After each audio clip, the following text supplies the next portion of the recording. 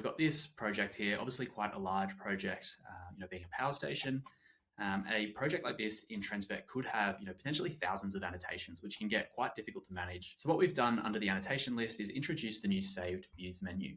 Creating a view is just as simple. First of all, we need to decide, do we want the entire asset included or just a portion? If just a portion, what we need to do is use the existing clipping box tool on the right-hand edge here, adjust this box to contain the relevant section of the model.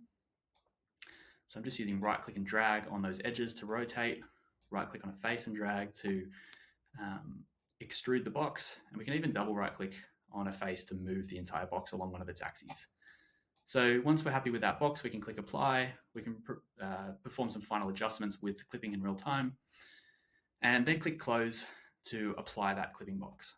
We then want to move the camera or the viewer to a relevant location. So this is where the user is going to be taken every time that they apply this view.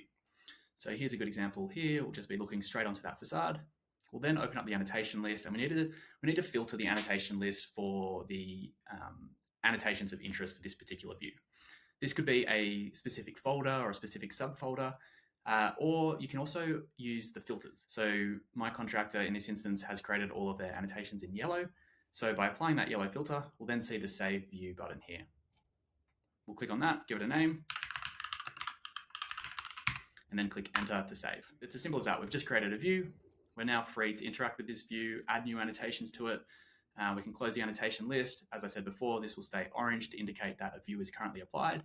And once we're ready to exit out of this view, just clicking on the X up here. So if we just sort of go back out, look at the entire project as a whole, when we open up that annotation list, enter the Save Views menu, if we click on the facade remediation, we'll be taken straight to that specific section of the model with just the relevant data on screen.